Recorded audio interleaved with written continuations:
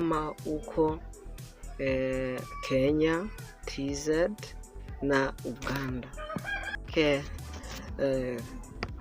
Hapa kuna muda mzuri wa kuposti video yako kwenye YouTube. So ukiwa kwenye hivyo unaweza ukaposti video zako asubuhi saa 3 hadi saa 5. Watu wengi wanaamka na kuchukua simu zao, wanaenda kwenye mitandao ya kijamii kuangalia vitu tofauti. Mchana watu wengi wanakuwa wako kwenye mapumziko, wana peruzi kwenye mtandao. Cha muhimu sasa, jua Jumamosi, Jumapili na Ijumaa ndio muda bora wa kuposti video zako kwenye YouTube. Ciao.